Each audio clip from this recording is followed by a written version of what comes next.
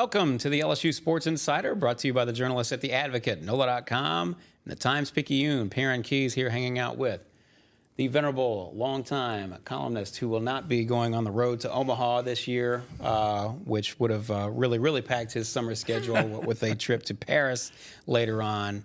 And now everybody's jealous that we've started off the show with somebody else going to Paris and us not going to Paris, but that's the way it goes. Such is the price of relative fame, Scott Rabalais. So it is. Well, the worst part is I get a really good hotel rate in Omaha for the 2 weeks. Well, yes, and a good location, Marriott points, lots of Marriott points. Everybody's going to cry a river. Not for nothing. We're here obviously to discuss LSU. A thrilling ride through the postseason, frankly. Obviously a disappointing ride, a disappointing end to the ride. If you're an LSU baseball fan, LSU loses to North Carolina 4-3 in 10 innings. It was 4-3, right? Yeah, 4-3 in 10 innings in the championship game of the Chapel Hill Regional. But it was a thrilling ride nonetheless all the way until then. Probably a little bit of an unexpected ride. We will talk about that, obviously. We will talk about a little bit of summer football news, a little fun that Rab had in Destin among his many travels to the SEC spring meetings. And, of course, there's always something going on elsewhere. And gymnastics, there's a little bit of gymnastics news with some key athletes on the roster. And we're still waiting on Livy Dunn, and I guess we'll continue to wait, as will the rest of TikTok and the rest of the social world. We will get into all of that, but yeah, Rab, you've one thing I'll just note, sort of on the way out, if you will, is that I think I certainly am jealous and always have been jealous of all you SOBs who get to go travel on the company dime. Not so much the travel part of it, because I'm a bit of a homebody. But when was the last time, be straight with us, when was the last time you paid for a hotel? Actually out with actual cash, on a vacation? Points or yeah. Something? Oh, gosh, an actual hotel. I don't know. I'm doing that on this trip, on this Olympic trip, though. We were probably paying for one night.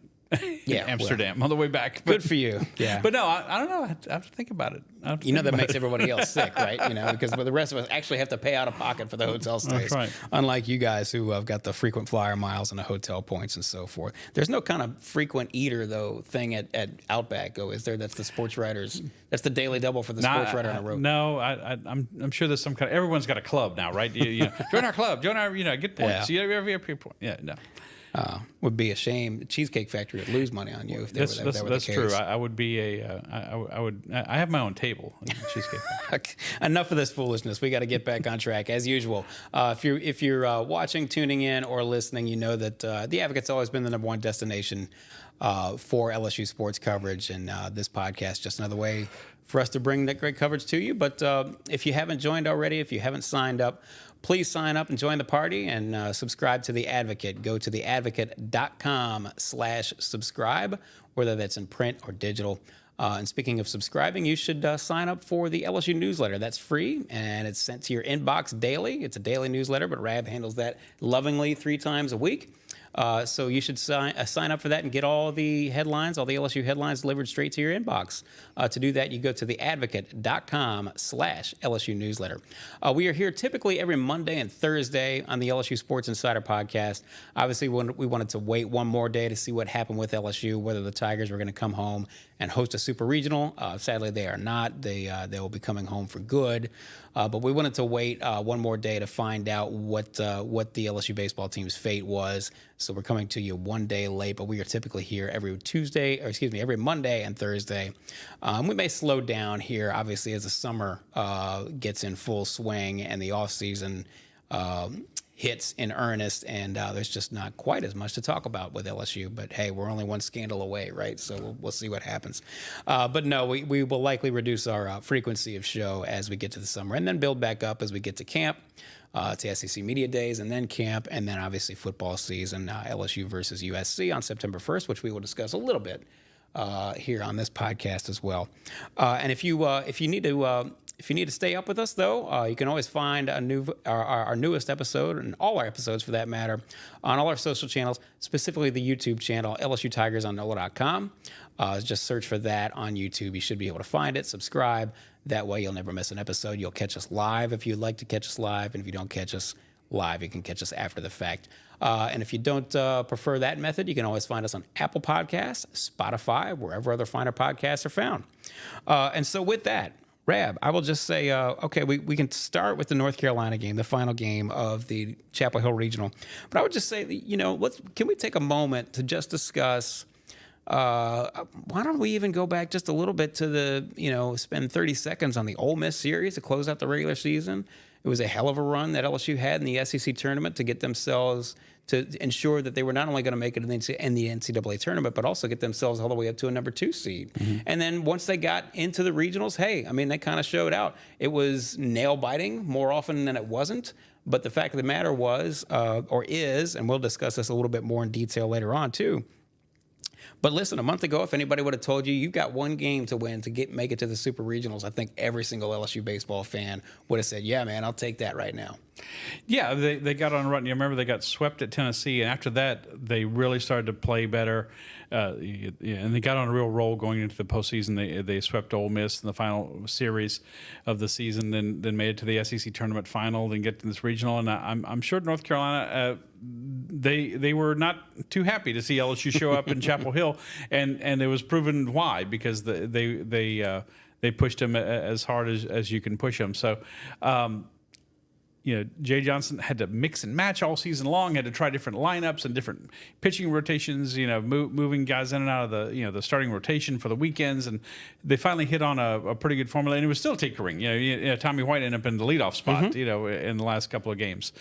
But tinkering all season long, and maybe that speaks to why they didn't win a championship, or they came up just short, but they did find the right players to make a winning combination, and they put together a pretty good run towards the end of the season and in the postseason, and came up a little short, but it's not automatic. There's a lot of good programs out there, a lot of good teams, and LSU was one of them, but not quite. We can talk about this more. Maybe just missing a little something to be a championship team. LSU finds themselves in quite a fight to open up the Chapel Hill Regional against Wofford before Stephen Milam, the smallest guy on the team. Maybe it's the shot heard round, Baton Rouge, and he'll forever be remembered for that. That was a second walk-off in how many days? Something like 4 days. And it was the first time that an LSU player had hit a walk-off home run, thanks to Todd Politz, incidentally, for this nugget of news.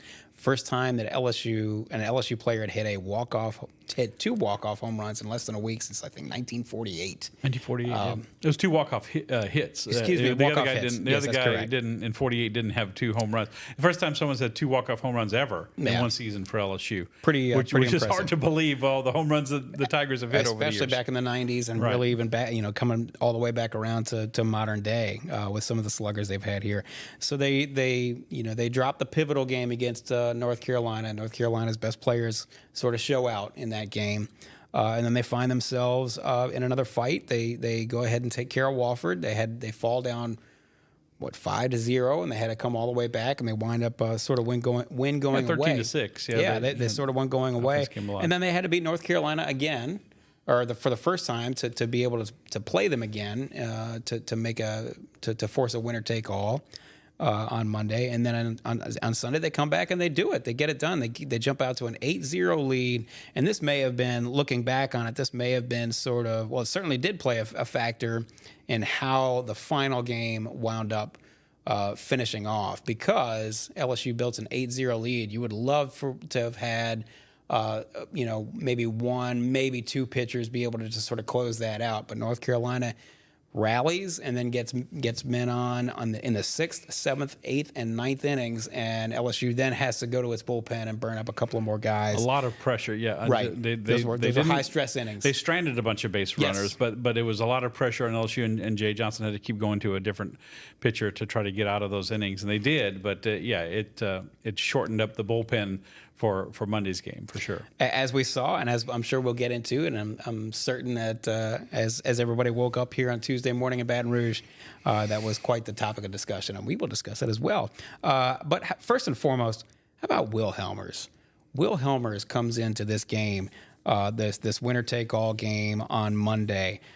Sam Dutton starts. He can't get it done. He doesn't get an out. He's got to get pulled. And of course, Jay Johnson's got a quick hook on in a game like this. Right. Javen Coleman struggles a little bit, walks a couple of guys, and he's going to get a short hook, and he does. And at this point, I'm only speaking for myself, but I'm probably speaking for most of the audience out there. Will Hellmers comes in, and you figure, well, okay, let's see if he can get an inning or two out of Will Hellmers. And Will Hellmers struggles a little bit, but then all of a sudden, my goodness, he finds this is easily the best game he's ever pitched. Certainly the most clutch game he's ever pitched. The Jesuit grad, he winds up 5 2/3. At one point, he retired 15 of 16 and 12 in a row, and he found himself in a groove. Gives up 2 hits, walks 2, strikes out 4. Throws 71 pitches, faced 21 batters. He did everything that LSU could have ever asked out of him and more. And we saw quite a bit out of the LSU bullpen, which had struggled for so long during the regular season too, as well. You had more than one effort that was noteworthy. Yeah, I mean, to advance and to have a shot to win, and LSU was right there. Obviously, they didn't win, but they were right there. You got to have some people who give you a performance that you haven't seen before. You give you an effort, something beyond what you think they're capable of. And Will Hellmers certainly did that. Longest outing. He's got that, they were commenting on the television, he's got that low, not a sidearm delivery, but a very low release point. And he had a lot of run on his pitches. He was especially tough on the, with that. I was a breaking ball. His pitches had a lot of movement on them, whatever he was throwing, and he was really keeping the North Carolina batters off balance. And can I just say, one of my favorite things in sports is when you see someone go beyond what you think that they can do as an athlete or what they've done before. And we've seen that a lot recently in LSU sports history. Jasmine Carson in the NCAA National Championship game last year against Iowa, just dropping all those 3-pointers coming off the bench. It was the game of her life. Yep. Sierra Ballard in the national championship meet, leads off LSU on beam with her career high, a 9.5. And when they were trailing, just got to have it. Yep. Just these performances, you got to have it, and they come through in the clutch, and it's like Christian Little down the stretch. He wasn't available in the Chapel Hill Regional, which wound up being pivotal. You could point to a lot of them. Yeah. It's not because it's LSU. I just love seeing that from athletes who are like, where did that come from? Where did that performance come from? And people who can come through in the biggest moments with more than you ever thought they could deliver. And that's what Will Hellmers gave LSU last night. Gave him every opportunity to win. And he I think he mentioned it in Koki's story. I think he basically said he can go. They didn't win, but he can go out with his head held high. That he gave him everything he had. And not only speaking of great moments and sort of players wanting the ball and wanting to be clutch and things of that, you saw when there was a mound visit and Will Hellmers, we don't know exactly what was said, but Will Hellmers probably told Jay Johnson in so many words, go fly a kite. I'm going to go. I'm continuing in this game. And as a coach, I would love. Absolutely. I'd be momentarily offended, but I would love that. Absolutely. You want a guy who's not willing to give it up. Who wants to continue and stay in the fight because he knew he had something going. So, but Will Hellmers goes 5 2/3, 71 pitches, and of course he leaves with a lead. And this has been and will continue to be much discussed. He leaves with a lead and turns it over to Gage Jump. Gage Jump pitching on 2 days rest. Now, several people have noted this would have been a bullpen day for Gage Jump. And clearly, once he got on the mound, certainly nothing was missing from his velocity.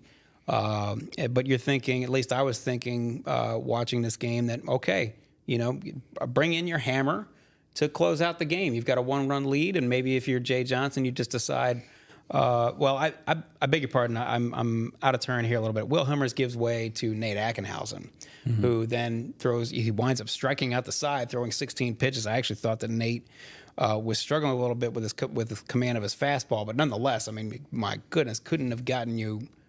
Could not have done a better job than striking out the side, which he did. Nate Ackenhausen then gives way to Gage Jump, and frankly, listen, if you want to make the argument that, hey, Nate Ackenhausen is doing okay and he's getting the ball over and he's obviously making guys miss when it counts, you can certainly make that argument and nobody could really fight with you. But I understand the thinking. Gage Jump, this is a bullpen day. He says he can go. Let's bring your hammer out there. Even if it's in a situation that he's never been in before, coming on in relief, he came out with a clean start, nobody on base, and you just let him mow him down. He got the first out, and he's 2 outs away. And, if he gets a key double play or whatever it is, or just retires the next 2 batters, nobody's talking about that. They're talking about what a great job by Gage Jump and by Jay Johnson running his bullpen and knowing his team better than anybody else as they go back home to Alex Box for a surprise home super regional. Right. Nonetheless, Gage Jump gives up a run in the 9th. And then to me, that was the real surprise, was that he came out for the 10th again. Yes. And that may have been a situation where Gage Jump told Jay Johnson, hey, go fly a kite. I want to finish this thing. But then you can also make the argument that Jay is the coach, and he needs to be the responsible adult and say, no, we gotta turn this over to somebody else. And anyway, that's obviously the debate as we wake up here today in Baton Rouge on Tuesday. Let me start by saying there's no sport that opens itself up to second guessing more than baseball, right? Nobody gets second guessed like a manager, or baseball coach. Right. And you can go in so many different directions. How do you pitch? How do you play your defense? Who's your lineup? What order? All the pitches you call, all the things. I can see bringing Gage Jump out to try to close it out in the 9th. He's developed into your Friday night guy. And, I'm not a big fan, though, of bringing in pitchers in roles that they're not used to doing. That said, it happens in the postseason all the time, especially in the college postseason when, these guys, you play so many games in a row and in the major league playoffs, you have a travel day thrown in. Here you're just going day after day after day. And so, you can use up your bullpen, as you said, you had to use up more of your bullpen than you wanted to secure the win against North Carolina. And you had to do that on Sunday because you just gotta do whatever it takes to survive to get to the next game. Then you figure it out. But I didn't think he was really fooling North Carolina that much in the 9th inning. And of course, he gave up the run to tie the game. So I don't have a big quibble with them using him. But I wish they would have gone to someone else in the 10th inning. Now, in Jay's defense, maybe he's thinking the game is tied up. We could be in for a long, protracted extra inning. This game could go 14 innings or something like that. And, he's a guy who's used to pitching a lot. But I don't know how much more they would have gone. I was about to say that would hold more water with me if he were even on 3 days rest instead of 2. You're talking about he threw 102 pitches in his first game of the regional, and then now he's coming back and throwing 51. That's a lot to add. And I understand. I'm sure he wanted to be out there. And as I said, clearly, his velocity was coming 95 from the left side, and that's nothing. Velocity looked good. Yeah. But I just didn't think he was really fooling the North Carolina That's correct. batters. The movement must not have been at what it typically is because they were fine. So. They were connecting. And more to the point, let's talk about this more than anything. If you want to blame Jay Johnson for sticking with Gage too long, or for that matter, going to Gage and to begin with when he could have left Ackenhausen in there, because Ackenhausen, kind of a rubber arm, left-handed guy, doesn't throw very hard. If you want to make that argument, if you want to take that position, that's certainly understandable. Or if you want to take the position, well, geez, Gage, let's not forget LSU's defense. North Carolina played some great defense in that game. LSU's defense was suspect. It is what it is. Jake Brown misplayed a fly ball that really should have had him out of the 10th inning and came back to bite him. And let's not forget that LSU goes scoreless over the final 7 innings. This was a team that struggled for a long time during the regular season with two strike pitches and 2 out at bats and things of that nature. And they came up clutch a lot, not only in the SEC tournament, but also the Chapel Hill Regional. Fact of the matter is the bats went cold. They went radio silent, as our Koki Riley great line. Koki, I'm jealous. Went radio silent. And he had that up in this story at theadvocate.com here on Tuesday. And so it's this, you talk about it being a team effort. Well, it wasn't just Gage Jump. It wasn't just the coaching decision. It was a handful of things that goes into this. Yes, and of course, one of the big glaring things in the 10th inning, they moved Jake Brown from center field to right field, and with 2 outs, they hit the ball to him at right field, and he just got tangled up.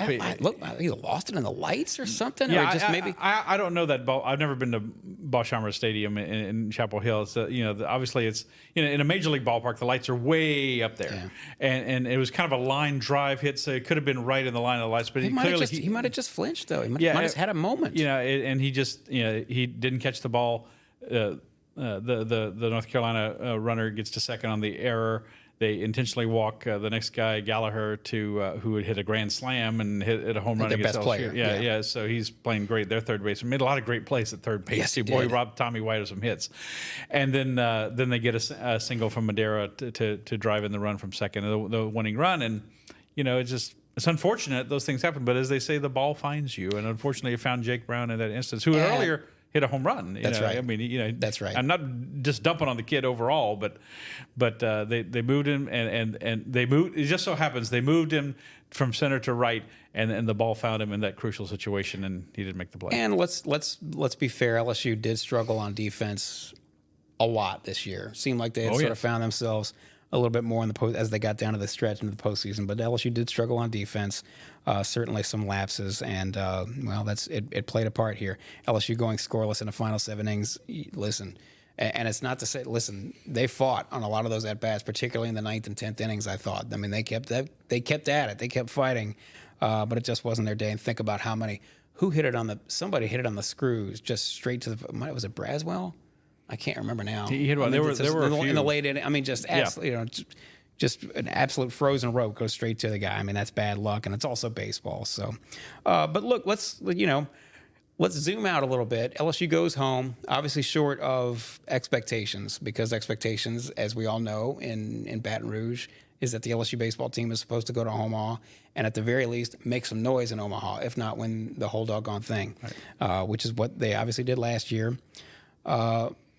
I put this question to you when we were sort of setting up this show, and I worded it like this, and I'm kind of regretting it now, but you and I are both big Apollo 13 fans of the movie Apollo 13, where they call the mission a successful failure, right? Was this, given the notion that LSU struggled for so long during this season, was this, and then juxtaposed against how far they made it and how it ended, was this season a successful failure?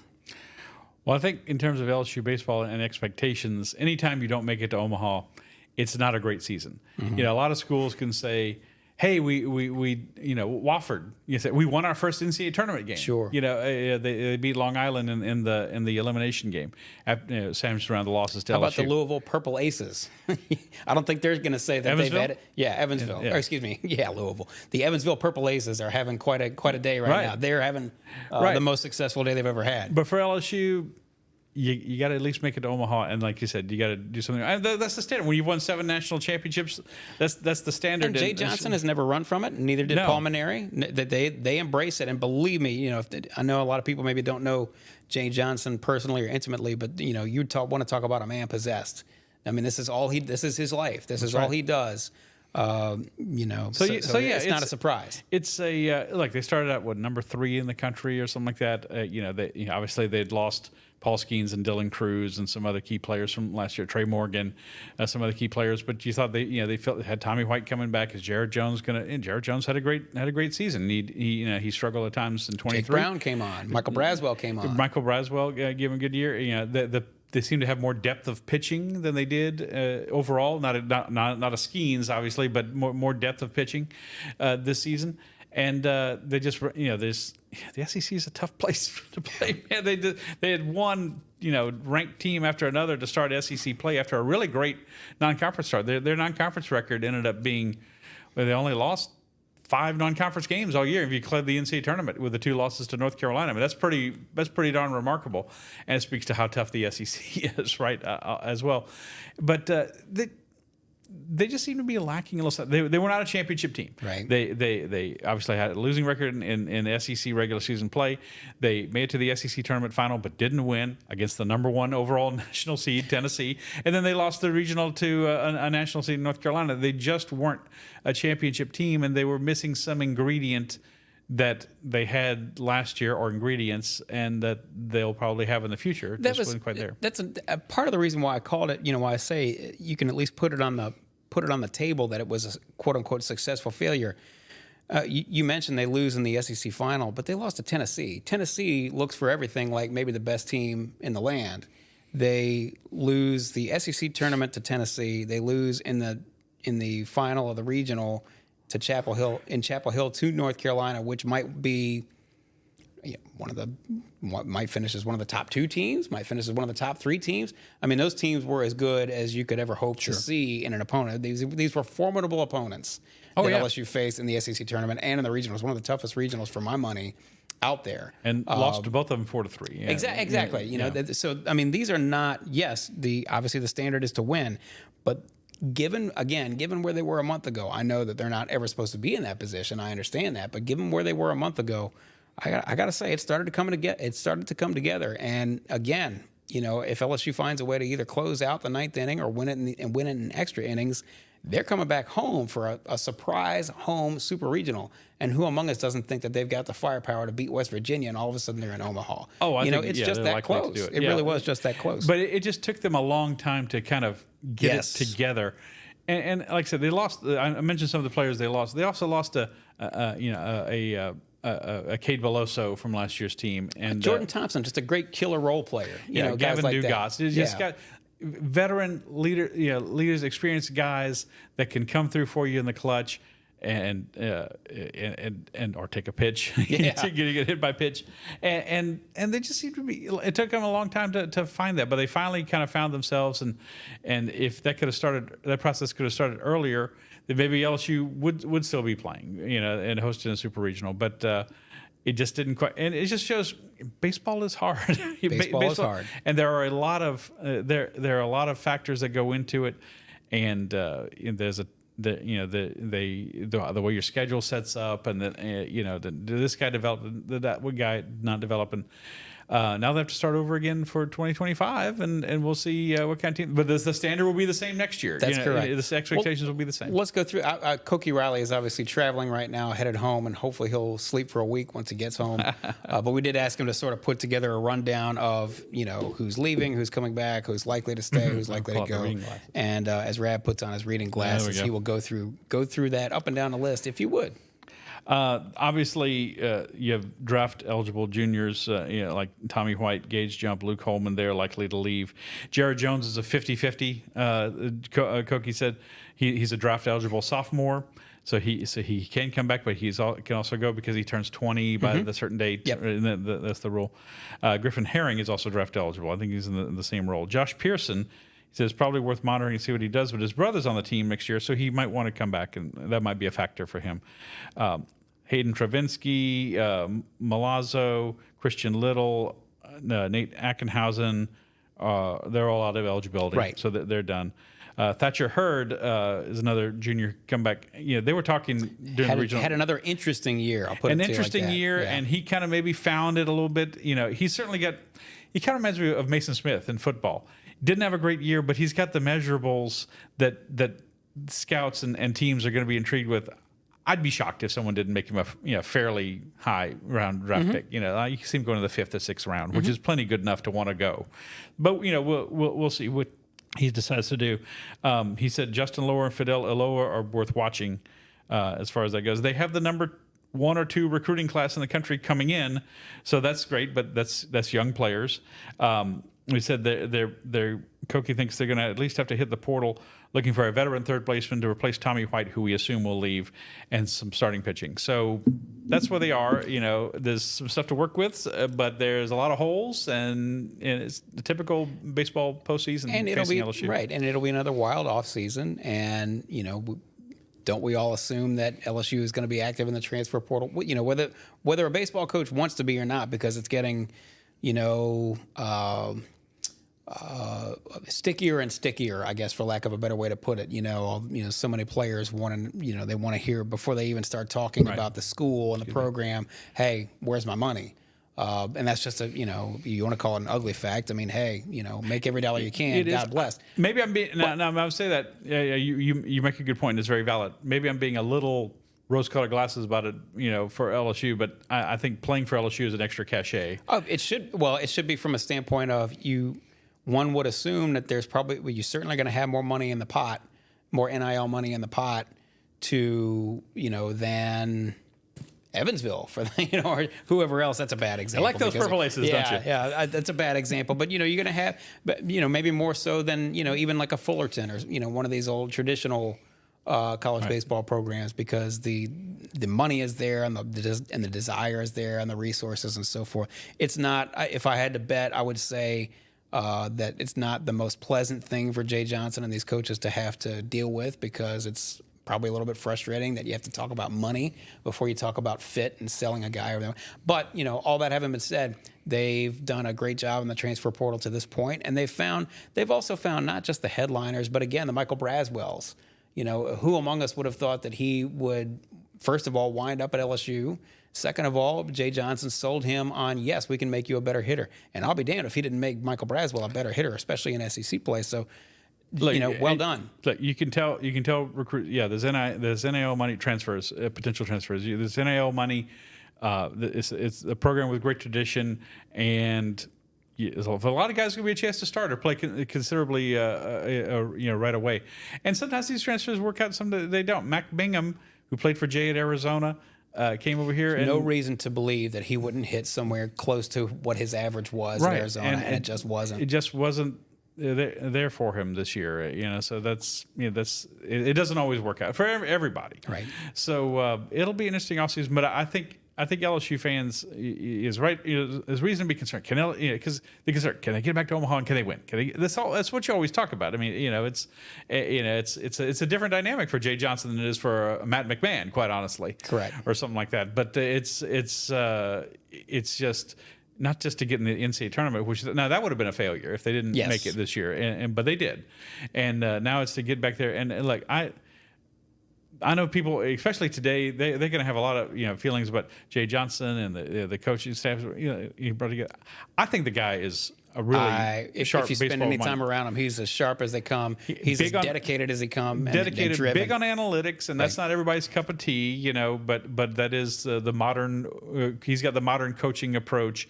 Nose hitting. If he's obviously got a good pitching coach, and his pitching coach left Wes Johnson, and they're still playing Georgia as a national seed. But I would expect LSU to be back there in contention once again next year somehow.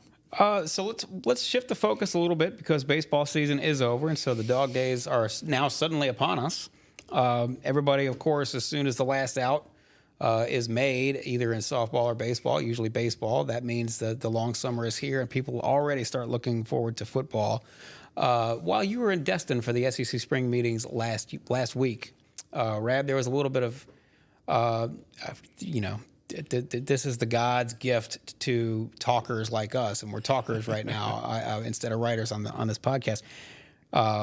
The story that came out from Matt Hayes, which you later confirmed through some sources, that USC made what appeared to be some extensive, as they say, efforts to get out of this season opener against LSU in Las Vegas on September 1st. That's certainly fun to talk about, and I think it's doubly fun to talk about given who USC is. They're certainly one of the glamour programs in the United States and always have been, and seemingly would not be interested in backing down from anybody, but also very intriguing given who is coaching at USC right now and sort of what his reputation has grown to be to this point. So, Rab, take it away. Yeah, credit to Matt Hayes Saturday down south. He said that USC tried to get out of the game, and they were obviously they're moving to the Big Ten this year, so they were a little concerned. Apparently, I haven't really looked at their schedule. They do have a killer schedule. They have a really tough schedule. Trying to bounce back. Remember they got off to a great start last year, and then they lost like 5 of their last 8 games or something like that. So trying to bounce back under Lincoln Riley, their coach, who people will remember was a name that we were all hearing for the LSU job. I still happen to whatever anybody else says, I still happen to think that the job was his if he wanted it. We'll never know for sure, I guess. Right. But and he said, they always say, I never had any contact with LSU. That's semantics because you might not have actually spoken to anybody, but it doesn't mean your agent wasn't on the phone round the clock. Round the clock, right? Exactly. Yeah, I'm coaching the team. I'm focused on these things. But I remember we said Leah Van, who used to write for us. Yep. She was at home in Fort Worth for Thanksgiving, and she went up to Stillwater for the Bedlam game, the Oklahoma State game, and it was in the post-game press conference. And he said, "I haven't talked to LSU. You didn't ask me about USC, what? Did you, buy?" What a wild 24 hours, 48 hours that was, wasn't it? Yeah, right. And then it was that night actually that you had heard. Wasn't that a Friday? was that a Friday night? That was a Saturday game Saturday? because Okay. I can't remember who LSU. This is sad. I can't remember. It must have been A&M. I can't remember who LSU was playing because that was unfolding at the same time LSU was playing Texas A&M. I'm using this as a prop. To share a little story. I heard from a source during the game, after the game, that the LSU board members were talking about Brian Kelly at halftime. Yeah, they were talking about him as being the guy. And I remember going up to Wilson after we got done with our writing. I wrote Brian Kelly's name on my notebook, and I go, "I'm going to show you a name." And he goes, "Oh my God." Wild. And as they often are, these coaches. But anyway, so Brian Kelly's the LSU coach, and Lincoln Riley left Oklahoma at that point to go to USC, and I mean, it's supposed. I'm just hearing this from an LSU angle. I haven't talked to anyone at USC about it, but it certainly seems, plausible. There was talk in that first story that USC tried to find other opponents for LSU. I didn't think it got that far. Now, Scott Woodward told me no one came to him with this information, but as you said, it doesn't mean one of his top lieutenants wasn't handling this thing around the clock. So the game will be played. So as long as make sure people don't have any concerns who've bought expensive hotel rooms in Las Vegas and flights. The game is going to be played on September 1st in Las Vegas. They're going to play, and it's. Obviously, it's on ABC. The ESPN, ABC would have been pretty perturbed had that game not come off. But it is interesting that schools try to get out of games all the time. I mean, it does happen, and that does happen. And that LSU has had to push games down the road, and for one reason or another, for all these different home and home series or neutral site series they've had. But I think it's interesting, especially given sort of the reputation that Lincoln Riley has gained. Because I think part of the, whether it's fair or not, I think part of the narrative to this point was not necessarily one who's always got the stomach for a fight. Yeah. He, whether this is fair or not, the one of the narratives or one of the theories that he got out of Dodge, got out of Norman, Oklahoma, because he didn't want to have to bother with going to the SEC and having to go with the knockdown, drag-out fights week after week after week. He maybe necessarily wasn't feeling that. And, of course, he makes it to USC, and now he finds himself in the 18-team Big Ten, part of the Big Ten Western Front. And so now listen, they get to USC. He's got a Heisman winner. They have a nice first year, but then his second year there, bottom falls out. They don't play much defense, which of course is the one of the fun narratives about an air raid. Somebody from the air raid tree. They lose a couple of tough games, and after one of those games, he is sick and can't come onto his own coach's show to answer questions and all this. It's like, well, this guy doesn't seem like he's got much of stomach for a fight, and doesn't necessarily think that he can go up against a team with another dynamic offense. Whether that's fair or not, that seems to be. Now, of course, as soon as we get done saying all this, LSU, which incidentally hasn't won an opener since 2019, right? LSU maybe goes out to Las Vegas and lays an egg. No, but to a guy who seems like he was trying to dodge a fight. Assuming everything that myself and other reporters have heard is true. I mean, it's a huge game for both teams. Oh, and Brian goodness. Kelly, for his part, has not shied away from that. He said, we got to win this game. We haven't won. He's like, we haven't won an opener. He was saying that in Destin. Right. We haven't won an opener since 2019. It's well documented. He said, we haven't won an opener since I've been here. Is right. What he said. So they lost to Florida State both years, but you go back to 20 and 21 against Mississippi State and UCLA out in the Rose Bowl. So it's been a long time, and it's obviously. In the new dynamic of the college football playoff, a 12-team playoff, you can handle a loss. You're okay with a loss, especially early in the season. If you lose the opener, then you have to play in the SEC, where the chances are you're going to drop a game. Chances are everyone's going to drop a game, right. At least one. So that you can't. That's the most you can reasonably afford. A 10-2 team. Okay, you're going to play at home against Colorado. So in the first round. I don't know who are you going to play, but it's a big game for both teams. And so with the transition to the Big Ten, it's all plausible that USC and Lincoln Riley are thinking this is a little tougher than we need. We'd be better to play some directional school for our first game instead of LSU. But it just adds to it, right? It just adds to the whole thing around LSU and USC. They have not played since 1984. USC came here in '79. LSU went out to the Coliseum in '84. They both won on their other team's field. Of course, the split national championship still a little in raw from 2003. that from 20 years ago. Yeah. Do you remember the story that came out of that? They invited then President Bush invited both teams to the Rose Garden. Let's go stripe the front lawn. He said, we got the Rose Garden right here. We got to. It was pretty funny. What he said. But there's been that lingering thing, like, not that this settles anything. They both can claim a national championship. And I've always contended, people argue with me, if LSU had been the AP national champion in 2003 and USC had won the BCS title, people here would claim the national championship just as much. Of course. So don't give USC a hard time about claiming the AP national championship. LSU would have claimed it, having not won one since 1958. But there's been this lingering thing, we were better, you were better, and it'll never get resolved. And this game doesn't mean anything other than bragging rights, but it just adds to the whole thing of it, and it's pretty delicious, actually. When you think about it. It is. One of the just anything else from Destin that stood out to you, Rab, in terms of what's going on? Well, obviously the big talk. Two things was that scheduling, which has not been, has been such a front burner topic the last two SEC media days. Spring meetings was kind of pushed to the back burner. The SEC, of course, is going with a temporary 8-game format this year and next.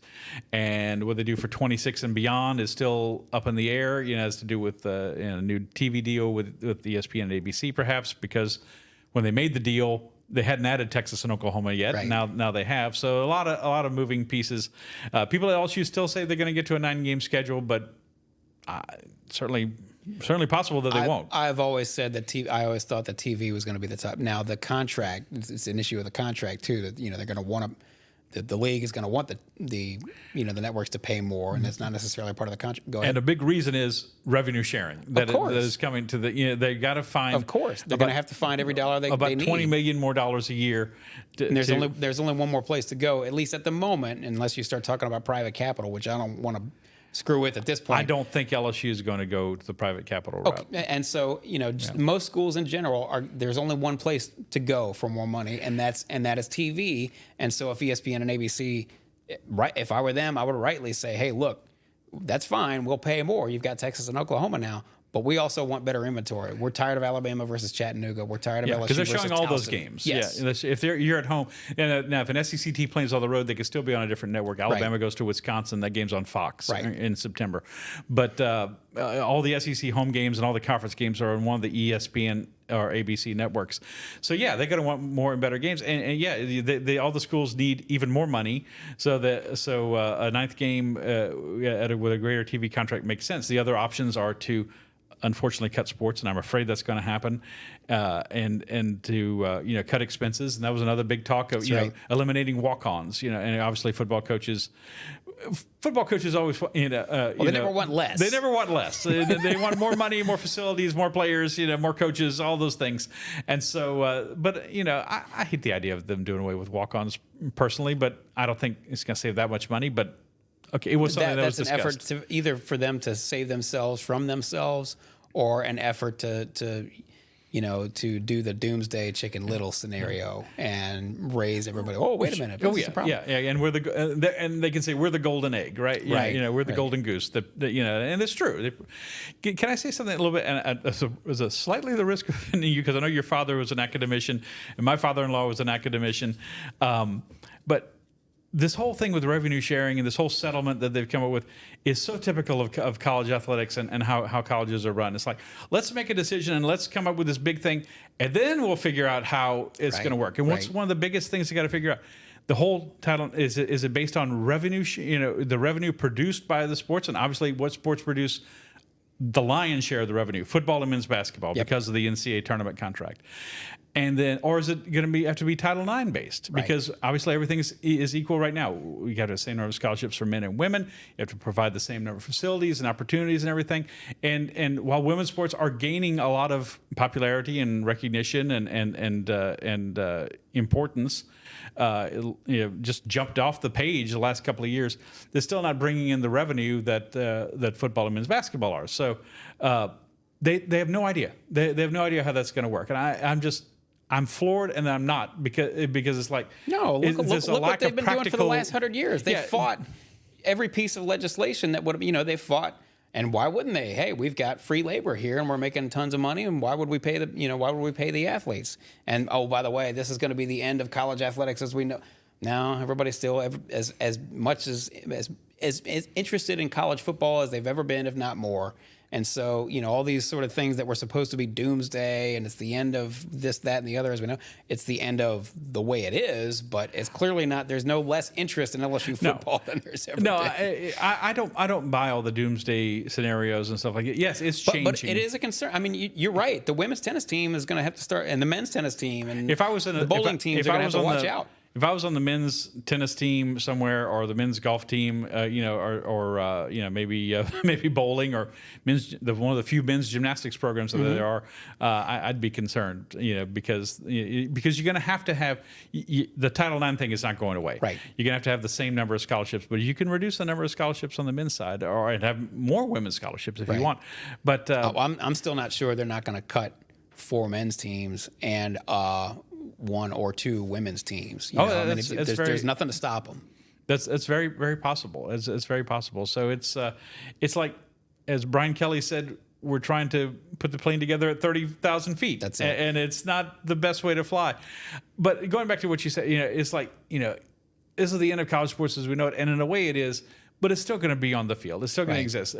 Scott Woodward made a great point to me that he said, everyone said free agency was going to be the end of the NFL. He said, it's looking pretty good. Looks okay. Looking okay. Yeah. Still pretty popular, obviously the most popular sport in America. Listen, the NCAA, when in 1984, when Oklahoma and Georgia sued, to be able to televise their own game, this is going to be the end of college athletics as we know.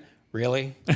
now you're PO'd when a game isn't on some sort of streaming or television device. You and I, old heads, we remember what it was like to have the Keith Jackson game, and that was pretty much it for the weekend. Yeah, for those of you youngsters out there, you could be on television 3 times in 2 years. Yeah. That was it. That's incredible, isn't it? I mean, so listen, things don't stay the same. And change is always difficult, and there's no doubt that this is difficult as well. And just as you say, they're trying to build the plane while they fly it, but it's going to happen. But I have sympathy for people in college athletics and colleges trying to figure this out, and then I don't, because look, the money they've been rolling in the money for a long time. Right. We talk about like the college coaches. Well, now recruiting is year round, and now we have to deal with NIL, and players can leave at the drop of a hat. If you're an assistant football coach at one of these power programs anymore, you're making $1 million. Like, I'll tell you right now, paying Blake Baker $2.5 million. I'll tell you right now, I will gladly work 52 weeks a year for $1 million or a couple cool million. I'll be unhappy for at times, but I'll soothe myself with a big stack of cash. I'm only going to be so. Now, if you want to talk about the tennis coach, yes, I've got the world of sympathy for you, because that's a whole different animal. What you want to hear, I think, is what Brian Kelly said to me in a sit-down interview before Destin. Is like, I was like, a lot of coaches like you, who are veteran coaches, have gotten out. They're like, I don't want to deal with this anymore. All these changes, but people like him and Kim Mulkey have tried to, certainly embraced it. Embraced it. He said, I like trying to figure out. He said, I kind of like the chaos and trying to figure out how to use that to our advantage, because the implication being not everyone is going to be able to do that. Mm-hmm. And so I think that's what you want to kind of hear. And I don't get the impression LSU is looking for private equity. I don't get the impression that they're looking to cut any sports. Everybody's going to have to really examine their expenses and everything. And LSU is now about a $200 million a year concern, right. In athletics. But it's a fascinating time. It's a bit of a scary time, but I don't think college sports is going away. And apparently, what you hear, there's a lot of talk. Make the athletes employees. Apparently, a lot of them don't really want that. If you, and we're going long here, and I think that's okay, because I think we stumbled into a couple of interesting topics. Of course, I heard that argument, and I heard the argument of like, well, wait a minute, if I'm an employee and they do some sort of collective bargaining agreement, all of a sudden there's sort of a salary cap. And I can only, get so much. Taxes and all that stuff. Now, if it's NIL, it's a little more free and loose, and you can do your own deal, so to say, and you can also get endorsements and things of that nature. So, I don't know. You're not quite as bound right now. It's kind of free agency. I used to say it's free agency year to year, but in a lot of ways, it's almost moment to moment. If it's October and you're some DB and you're having a standout year, you think there's not somebody from, pick a powerhouse, from Miami who's sending back channel messages. Hey, I noticed that you're having a great year. Keep us in mind, at the end of the season because we'd sure love to talk to you, things of that nature. So you're almost free agent moment to moment, in addition to being year to year. And there's not a whole lot, as they say, guardrails in place to be able to sort of limit any of that. And to say that that's unfair to the schools, you can say that, but scholarships have always been year to year. That's right. No college athlete is promised a 4-year or 5-year scholarship. Right. None of them. And coaches used to block transfers and things like that. So colleges have done okay for quite a long time. One last thing that came up in Destin was the prospect, and it's just being talked about right now that because of all this, as an offshoot of it, they're talking about cutting things, but baseball might finally become a fully scholarship sport. Sure, 25 scholarships or whatever it is. So, instead of just the 11.7. So that's just in the formative stages. But I would imagine LSU would be one of those schools that will do that. And they also got the advantage of the TOPS program for in-state athletes. So I think LSU will be well positioned in that world. And would still be able to offer some sort of NIL deal or put these players in front of Marucci or whoever it is that they think they could get a good endorsement deal with. One last thing before we wrap this up, because you just got off the phone or you just recently spoke with Jay Clark, the LSU gymnastics coach. We're all patiently waiting on Livy Dunn's announcement, which I'm sure will be. Well, all of TikTok will be waiting on it, and I'm sure that's how that'll come out. If we lots of clicks for us all. Yes, that's right. that's correct. That's what we're waiting on, especially in the summer now. We're going to be begging for clicks. But no, we're waiting on Livy Dunn's announcement. But there's some other news coming out of the LSU gym program too. Yeah, Connor McLean, who had a great freshman year for LSU, was in a meet the Core Hydration Classic is what I hate to have to drop the name of the sponsor, but that's what it's called in Hartford, Connecticut on May 18th, and she tore her Achilles warming up for floor, not even competing, just warming up. Terrible. She came back to Baton Rouge. She had surgery. The news is relatively good for Connor. I talked to Jay Clark. She's back home in Las Vegas right now. Recuperating, but the hope is that for the start of the season in January, she'll be able to do uneven bars and balance beam because those are less impact on your legs than vault and floor. And then at some point in the season, that she'll be able to do all 4 events. But how great would it be to start the season for her to be able to be on beam? Because that's she's not only LSU's best, she's world class on beam. Yeah, she's absolutely world class. In that meet before she got hurt, she was 3rd behind only Simone Biles and Suni Lee. Yeah, the last 2 Olympic gold medalists in the all around on that event. So the news is good. It's a 6 to 12 month recovery process, to be fully back, and she may not be able to do all 4 events all next year, but they're hopeful as if things progress as they should, that she will be ready to do a couple of events in January. And then another thing, she was trying to make it obviously on the U.S. Olympic team and go to trials. One of the LSU recruits, Kalia Lincoln, who won a couple of gold medals in the Pan Am Games last fall, pulled out of the U.S. Championships. It was held in Fort Worth, the same place where they had the national championships. But she petitioned the U.S. It's what you do, and it's politics. Right. She petitioned USA Gymnastics to be invited to the Olympic trials, and she has been. Mm-hmm. So that's going to be at the end of the month in Minneapolis. And she, talking to Jay Clark, thinks she has a shot. She's a very accomplished gymnast. But there's a lot of great gymnasts. He said it's approaching a dream team. I was about to say U.S. Gymnastics trials and U.S. track and field trials are 2 of the most roughshod, cutthroat elimination events. 5 spots on the U.S. gymnastics team. Yep. And if you make it, they're virtually guaranteed to win the team gold medal, plus whatever other events they might win. So she's got a shot, and like Jay said, they only allowed 2 petitions to be accepted, her and Shalise Jones.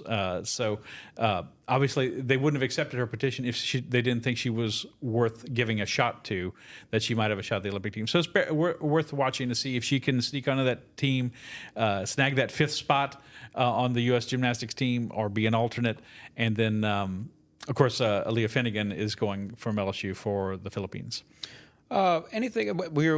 We'll be patiently waiting now that the season's over. We'll all be patiently waiting for the Rabbies.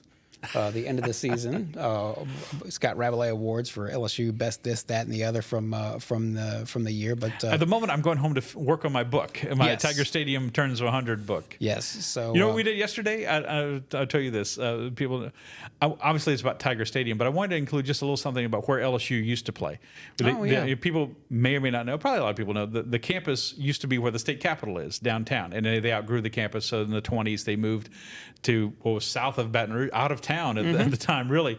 And State Field, where they played, was pretty much between where the Capitol building is and the Arsenal, up on the hill. So I got out there we kind of figured out where the field is. I got out there with Michael Johnson, and he had his drone camera, and we shot that part of the gardens, the grounds, and it's kind of near the lakes, just to show people this is pretty much where it was, because it's very difficult to figure. There's nothing commemorating the campus. They tore down all the buildings except for the Pentagon barracks that are still there.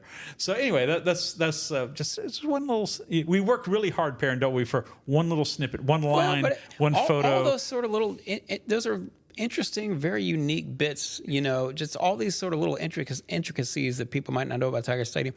I remember when they built the east side, the upper east side, the upper deck. One of the things, and it makes sense if you think about it, but you don't really think about it until somebody says, at least I don't, because I'm not an architecture guy.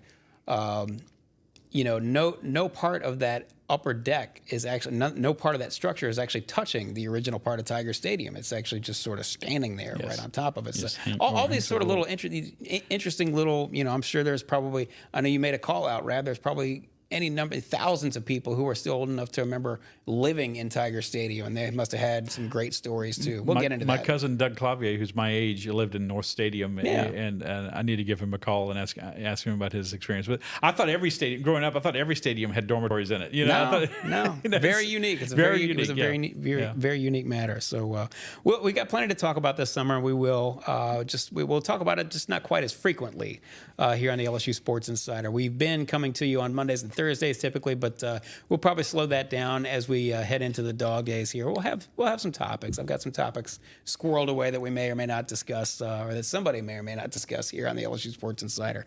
And so be on the lookout for that. Be on the lookout for some new episodes whenever they come out. Probably once a week, but we haven't decided that for sure. So please check us out.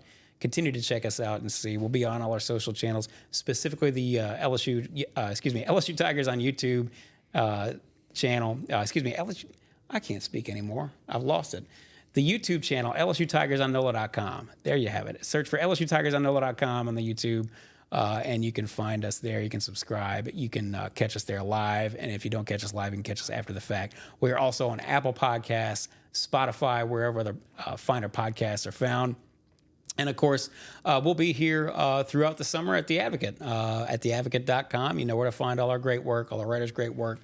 Please subscribe. Go to theadvocate.com/subscribe and sign up to listen. There's always breaking news, even in the summer. Something always seems to happen around LSU. So, and Rab will be at the Olympics. There will be plenty of LSU athletes and Louisiana athletes there competing in Paris. So sign up for the LSU newsletter as well. Get all the headlines delivered straight to your inbox. To do that, you go to theadvocate.com/LSU newsletter. Rab, we went way longer than I thought we would on this thing. Well, we got to blabbing a little bit, and it was fun. I appreciate you coming in here. Always a pleasure. Yeah, we'll come back on Thursday and do it one more time. So for Scott Rabalais, for Amelia Cotton behind the glass, I'm Perryn Keys. This has been the LSU Sports Insider.